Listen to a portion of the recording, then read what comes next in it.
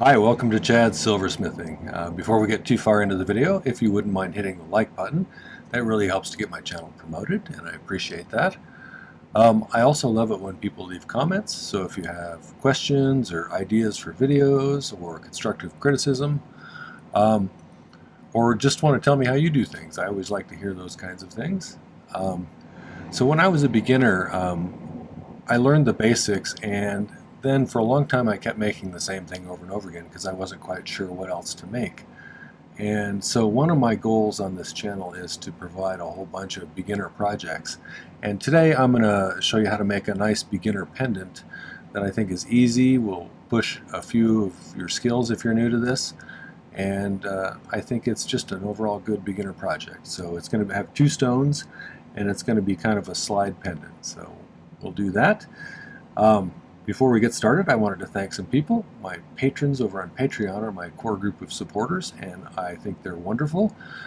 They've created this great community over there with lots of knowledge and talented people, and I just love talking with them and interacting with them. So thank you for being such a cool group. I appreciate it. The other group is my YouTube subscribers, and we just passed, I think it's 14,600. I lose track sometimes, but either way, that's a huge number, and I'm amazed by all of the support I get here. So thank you for that. I really like the comments that you leave. Sometimes it's nice to know that what you're doing is helping people, and that's where I learn that kind of stuff, so thank you for that. Thank you also for the contributions like the Buy Me a Coffees and the Super Thanks. That helps with the cost of materials these days. All right, well, with those things being said, let's get started on this. So this is one of my design idea sketchbooks that you can get on my merch store. Recent ones I've started putting conversion charts on the back because I find those useful sometimes. This one has fractions of an inch to decimals to millimeters. I'm trying to use the metric system a lot more. It makes a lot more sense with jewelry. They also have great pages for sketching up your designs. They have a little grid pattern in the background that's sort of unobtrusive. And I find in recent times that I get a better product if I sketch it up in advance. And so that's what I do these. That's what I use these for. Okay, so I told you I had two stones. This is going to be a pretty simple pendant, and it's a variation of ones I've made in the past that were very similar to this. I think the first time I did one of these was my wife had bought one. It had an oval stone, maybe a little bit smaller than this one, and it was set just in a simple bezel, and it just had two probably 14 gauge round wires going up to a tube above it, and the proportions were really nice. It was just kind of an attractive pendant. So over the years I've made a few of those, and people seem to really like them. And so I had this kind of cool Tourmalinated Quartz. I think somebody gave this to me. I don't remember which person did, but thank you for that. So I'm going to set that with an open back so you can see the cool tourmaline crystals in there. But it's kind of black and white, so I thought it'd be nice to add some color to it. And so picked out a little Baltic Amber. And instead of two bars going up, we're going to do three, but this one's going to be interrupted with this stone here to bring out a little bit of color. And I'll show you how to make a little tube like this. But yeah, it's going to be pretty simple, I think. I went ahead and made the bezel for the amber because I'm going to make the other one very similarly. And so you probably don't need to watch me make them both. Alright, so let's start by making the bezel for this. The materials we're going to use, 22 gauge sheet, which I didn't write that one down, I don't remember what it is in millimeters. For these posts I'm going to use 14 gauge round wire, which is 1.6 millimeters, I believe. For the inside back ledge here on the bezel that's on the bigger stone, we're going to use 14 gauge square wire, which is also 1.6 millimeters. I used 18 gauge round for the little platform on the back of this bezel that I made earlier, and then just filed it flat. The bezel that I'm going to use is 3/16" inch fine silver bezel strip. That equates to 4.76 millimeters. and it's 26 gauge, which is a little on the thicker side, and it's that equates to 0.41 millimeters. So I think that's most of the materials. We'll start by using some of that bezel to make this make a bezel for this here. My words are failing me all of a sudden.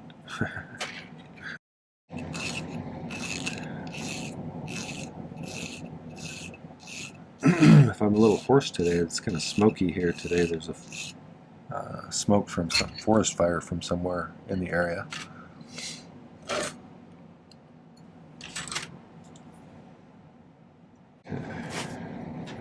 Let's just get it kind of shaped into a circle first. I like letting the tension of the bezel strip when I'm making the bezel kind of help shape it like that, just loosely kind of curling around into a circle. Once I get it pretty close to the right shape, then I can kind of lay it around the stone and just snug it up around there. I get a pretty good fit then. Same thing, it's a little more challenging on smaller stones, but I think it's a good way to get a pretty good size.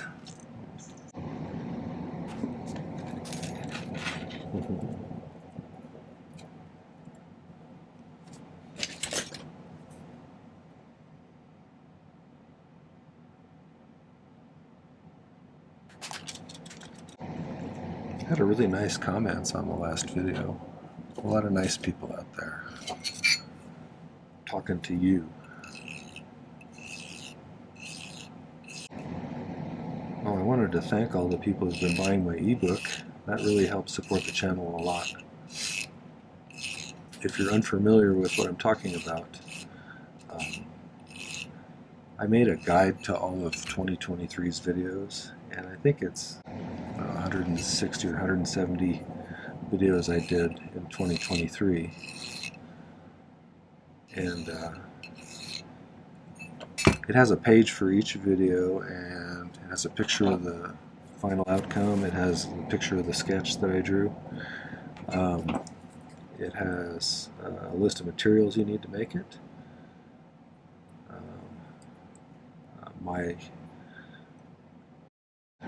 My personal opinion on how challenging it is, you know, beginner, intermediate, advanced. And a link right to the video, as well as some annotations about the thing that I might not have mentioned in the video, or things that I would do different, or if I was to do it again, another thing that I might add to it, or what, you know, whatever, things like that. Or if I'd never make it again. So when you're doing a big bezel like this, sometimes I make them square when I do this.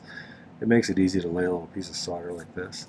But with these bigger ones, they're kind of flimsy and hard to get the two ends lined up. So if you put a little dimple on the bottom, it makes them a little bit springier. And so when you get them pushing together like this is one of those things I need to mention more often. But when you're doing a bezel, if you want to not have a split bezel where it starts to pull apart, you want them pushing together pretty hard when you're going to solder them. That way, when the metal relaxes under the heat, it doesn't relax so much that they pull apart, if that makes sense. And then you'll avoid having some of those split bezels that plague beginners. I do have a video about fixing split bezels if you want to see it. I'll put a link up there.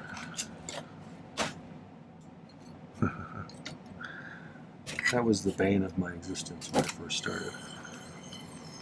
But it's pretty easy to correct, so. Oops, I need to get some more flux here. I'm almost out.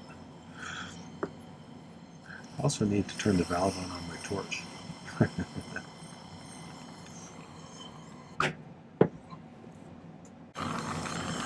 If you're new to my channel,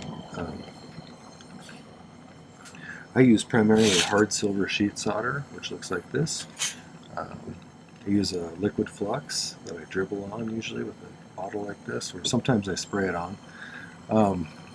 The torch I use is a Silversmith model, which is their acetylene air torch, and it's a really nice torch. I like it a lot.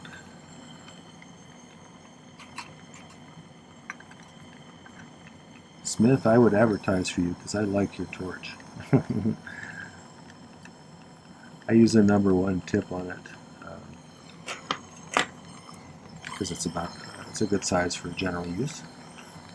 So let's make sure we get this thing to reach temperature on both sides at about the same time. So there'll be puddles rather than jumping to one side or the other, which happens if you get one side hot but not the other. Okay, so now I'm just going to reshape it into this circle shape.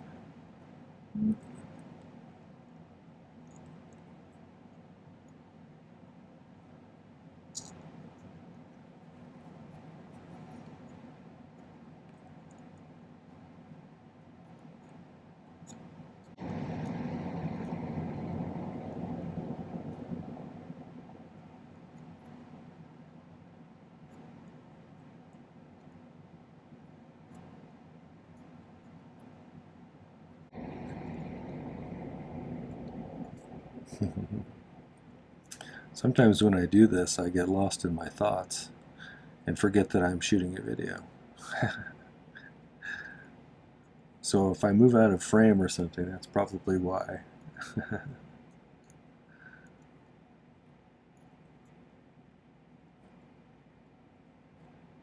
I suppose that's a good thing when you're working on something like this and you kind of get lost in your thoughts. I guess that's the purpose, right?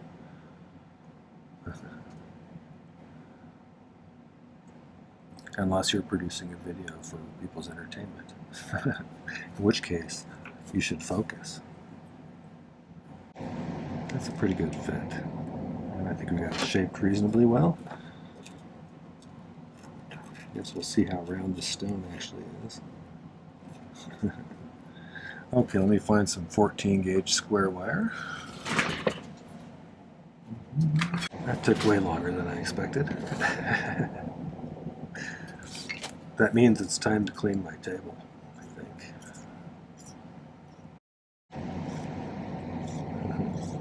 So square wire has a tendency to twist on you when you're bending it, and that's mostly because it's trying to stretch the outside edge and compress the inside edge, and so it tries to turn diagonally to make it easier to bend the way you want it to bend. So we're going to have to kind of control that when we're doing this. If you have one of those miter vise jigs, this would be a good time to use it to get the end flat.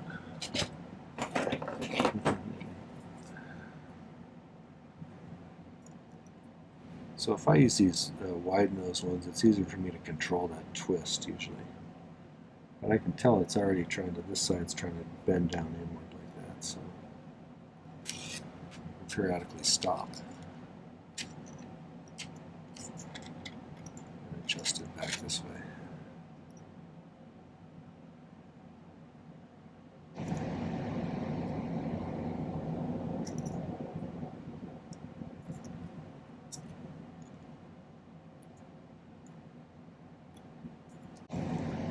You can do this around a mandrel of some sort if you want to. You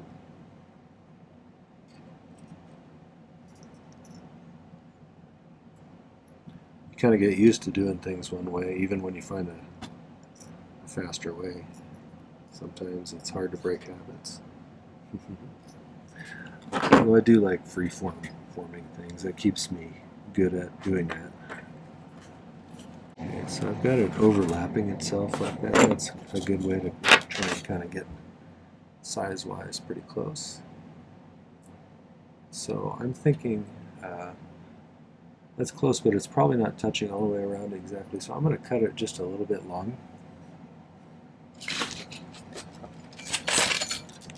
That way I can gradually reduce the size until it fits in there perfectly.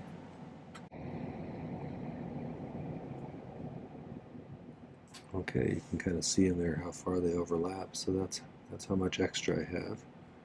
And I think it's pretty good size-wise. So we can make a little mark with a marker, or you can scratch it in there, I suppose.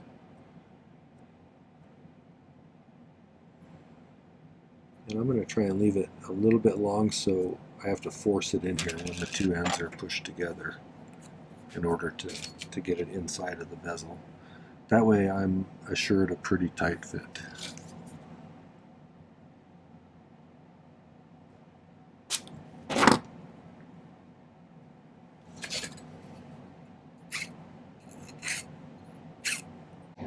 The other thing is, before we solder this in there, if you're a beginner and you've done a bezel or two, you probably did a closed back bezel. You can do a closed back bezel and saw out a portion to create the same kind of effect here. I just like to have a more substantial little shelf there for the stone to sit on. It also is easier for me to get a nice clean border around the inside of the back of the bezel. It'll be easier to show than to explain that. As I'm not as good at sawing as I am at bending metal. So, but what I think I was trying to say is you want to get it nice and flat so that the stone has a nice flat surface to sit on.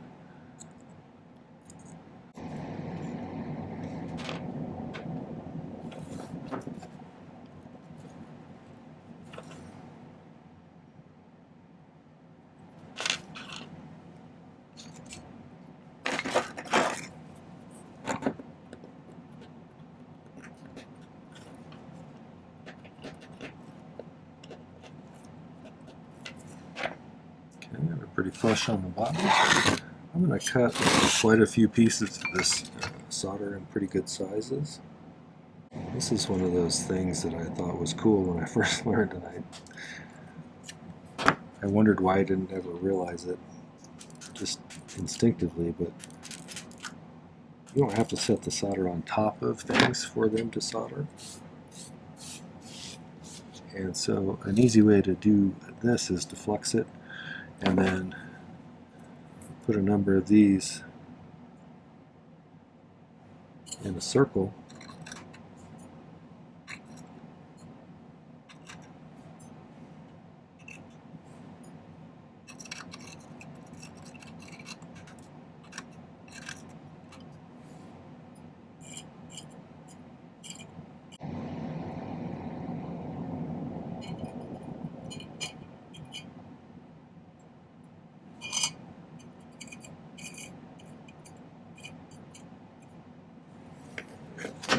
Alright.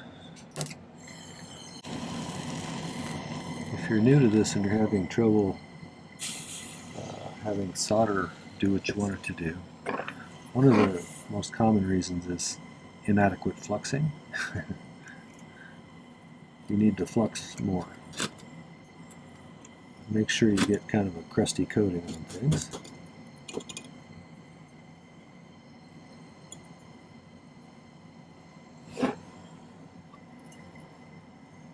And silversmithing, crusty is good.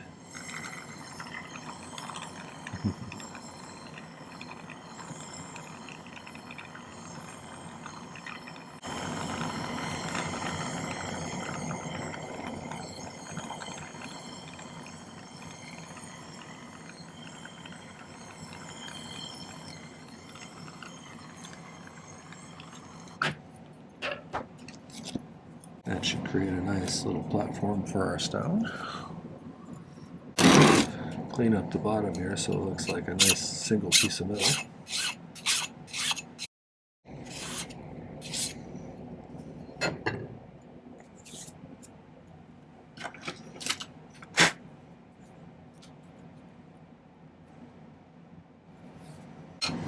Okay, so we have our two bezels now. So now let's make the tube.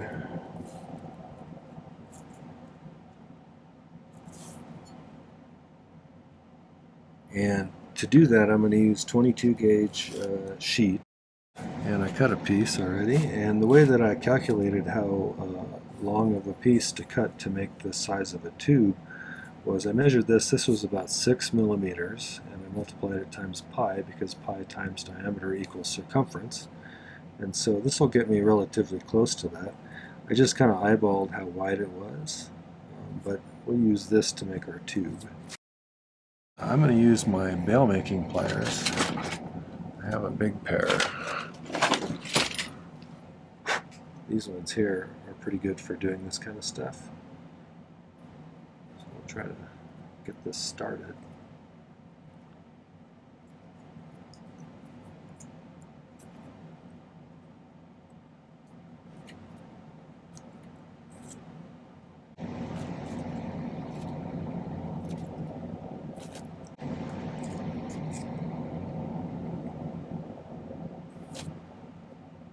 If you need leverage on stuff like this, sometimes you can use the edge of the table here.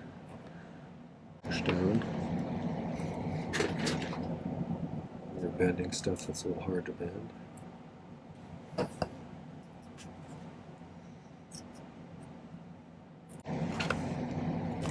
Now something I usually do is I squeeze these together like this.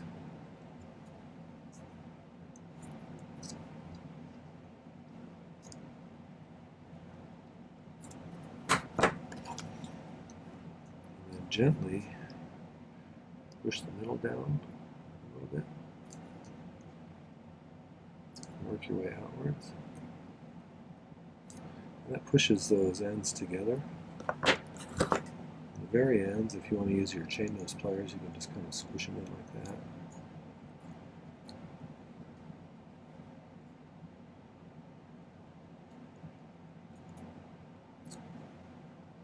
And then we can just solder it there, and then we'll round it back out into a tube.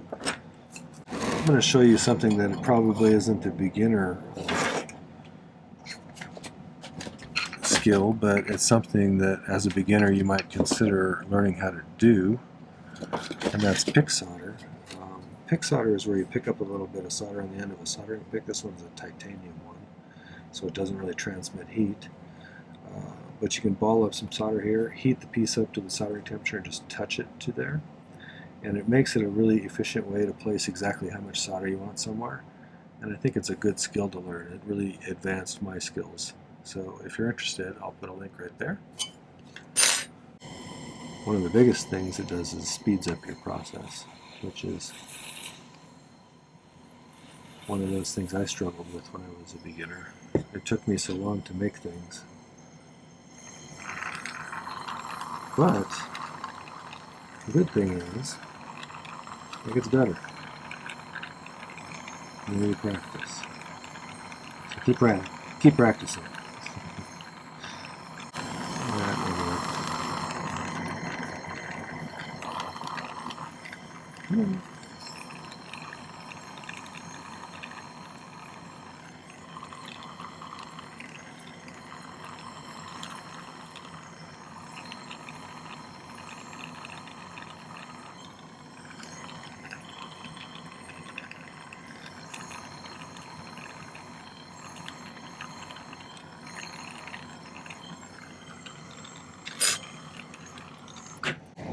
Use my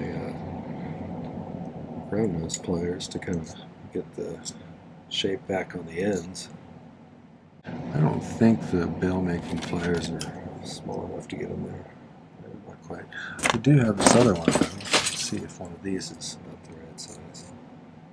That's close.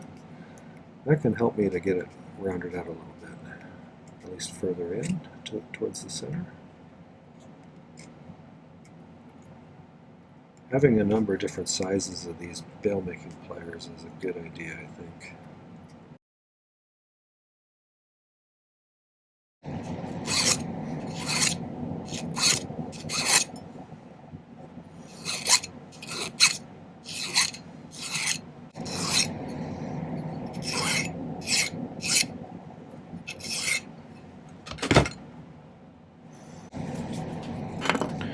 I'm going to make a mark where the solder joint is, just because it's harder to find now. Right there, because I'm going to put that to the back, so it'll be mounted like that. Let's also find the center point, roughly. So that's about the center. Alright, we need to get some 14 gauge round together here now. And I think to start with, I'm going to solder a piece to either side of this. And proportion wise, I'm going to make them longer than this so that I can just cut them to the right length. But overall, I'm not going to need, too much. If you do this with a closed back bezel, there's a lot of variations of this one. You could do closed back stones. You put a faceted stone in there. We thought about, since this one's kind of translucent, my wife and I were talking about it, and we thought about putting some kind of pattern behind it that was designed that you could see through most of it, but it had some kind of showy thing that you could see through the front. But the tourmaline in this one is too dense to really see much, so it would have been just kind of confusing to the eye, I think. You could do more bars or less bars. You could do a curved tube. I've done curved tubes before. You know, initially my thought was to put this stone that I'm going to put here up above the bail, which is kind of a nice look on some pendants too. So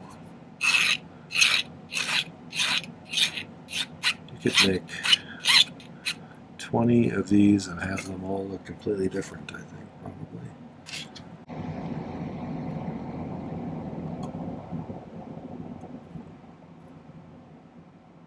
Not sure why I'm taking so much time here. I'm probably going to move them when I flux them anyway.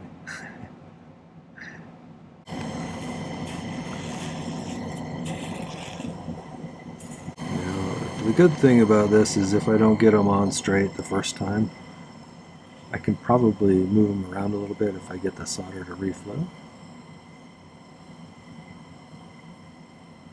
You could sweat a little bit onto the wire first, which is where you pre-melt some on there, where it needs to be, and then just butt it up against there and reheat the whole thing. That's a good way to do things sometimes. That one I didn't get all of the solder where it needed to go. Get off of there.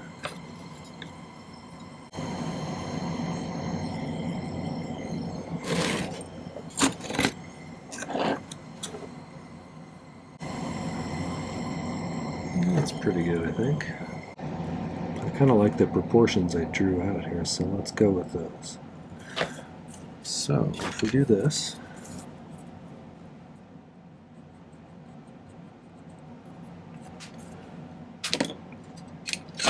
and if I can lay my hands on that T-pin I had,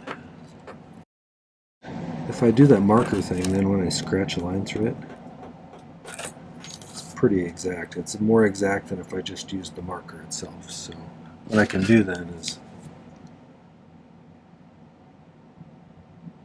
cut that off close and then file it the rest of the way until it's right up to that line.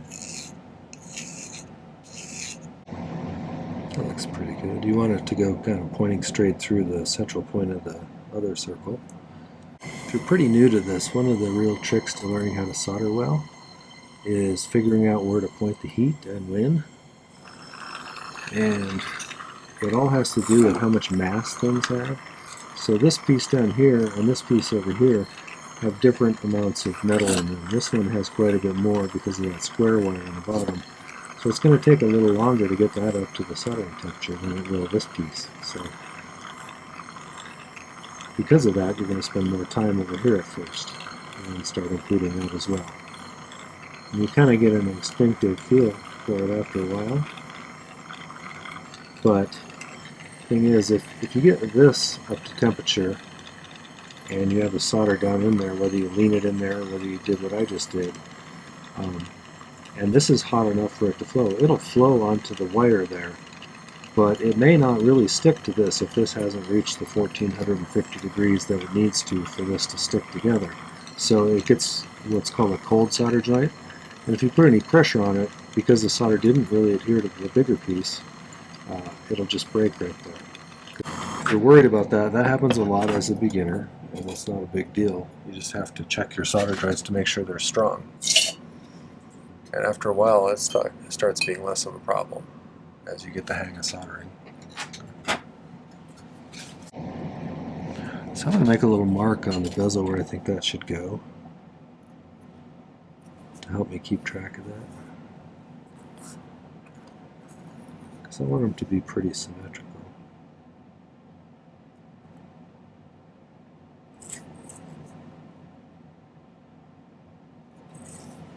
I don't have that one flat yet.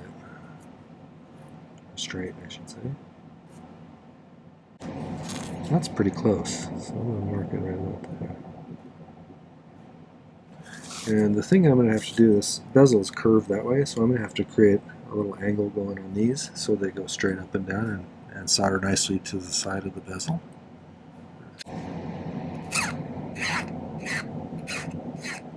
I'm going to do trial and error here. The other thing I'm going to do is temporarily I'm going to bend this a little bit like that so it lays that way. You can see how that rides. That's pretty good, actually. Let's see if I can do the same thing on this one. If you don't bend them a little bit like that, they'll roll around, and then you're trying to get the angle lined up. It's hard.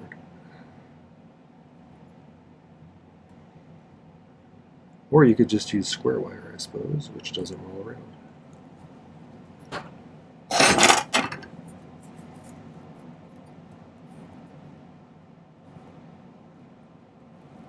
That's pretty good too. I think I'm just going to line those up and solder those on.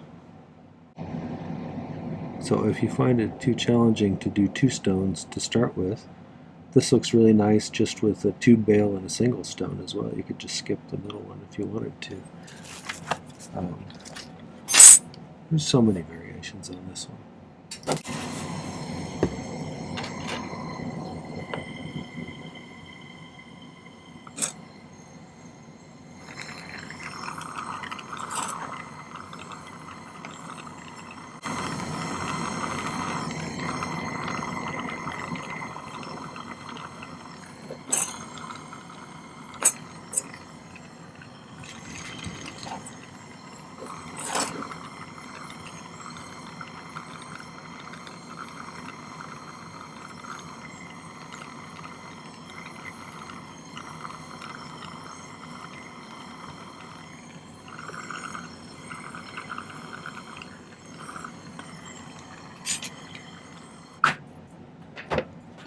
One of the things about silver when you're soldering it, if you're new to this, is unless you get the entire piece up to soldering flow temperature, it's difficult to get it to stick everywhere or to even flow sometimes. So that's another one of those key things that once you figure it out, all of a sudden things are a lot easier.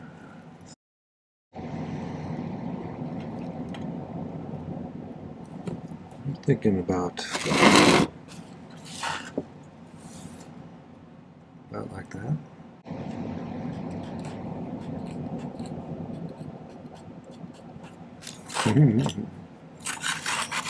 Okay, so I'm going to cut those off.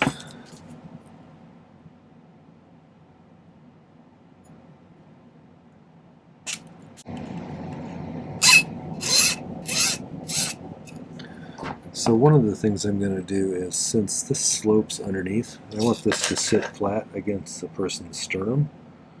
I'm going to solder it like that, but in order for it to solder nicely under there, this needs to be slanted that way so that it fits under that curve. And so I should be able to just file like this. So I got my fingers behind it to kind of support them, keep them from bending.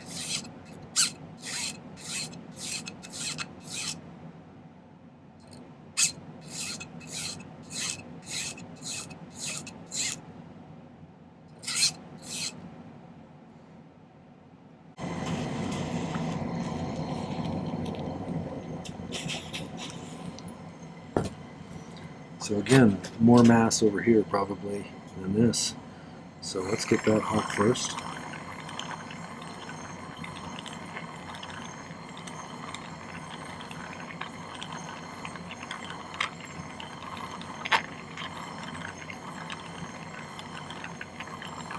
Let's start including that tube a little bit too.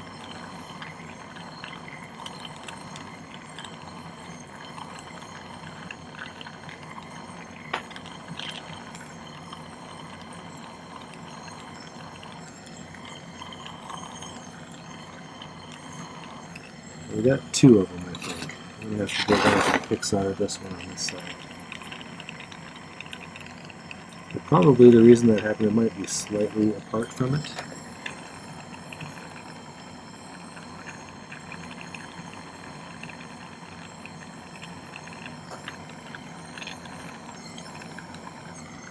Okay. So let's cool it off and take a look at the solder joints and we'll see how we did. I'm going to let that pickle and then we'll get it polished and I'll show you how to set the stone.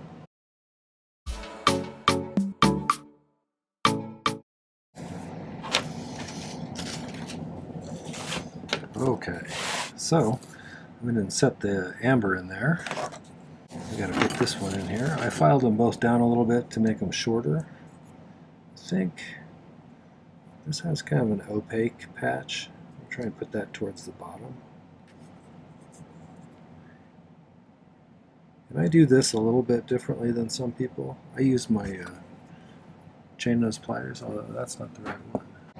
That's the right one. Okay. So I use the smooth outer flat side here of my chain nose pliers to be a bezel pusher. So I'm going to push that up against there.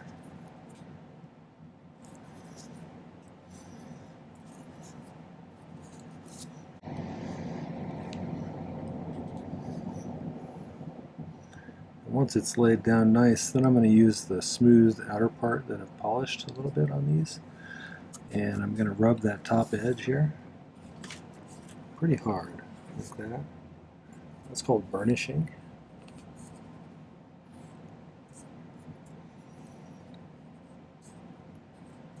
Most people use a burnishing tool and a bezel pusher for this.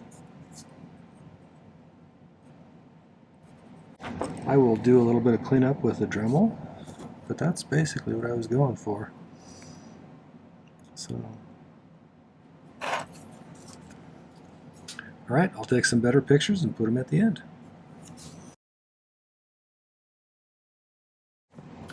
Alright, well that was the two-stone slide pendant. I hope you enjoyed that. If you did, make sure to hit the like button before you leave. That really helps a lot. Also, leave a comment. The other thing is, I'd love it if you'd go and check out my main channel page and peruse some of my videos. There's even a tab for playlists. I have things divided up into a whole bunch of playlists, but we're getting close to 400 videos here now, so there's lots of content, tons of project ideas. It's a good place to look for and find some information you might be needing if you're a beginner. There's also some advanced projects here too, so if you're more in that range and you are just looking for ideas, there's some good projects here. So check them out. Come back and subscribe. I'd love to have you as a subscriber. Finally, visit the video description down below for the relevant links that I have. There's a link to my Patreon if you want to check that out. There's a link to where you can download that ebook, which I mentioned earlier in the video. There's a link to my merch store if you want to get yourself one of those nice design idea books or a coffee mug or something like that. Check that out. There's a few other relevant links there. Make sure to peruse those as well. And then come back and visit again. Thanks for coming today. Take care. Happy silversmithing.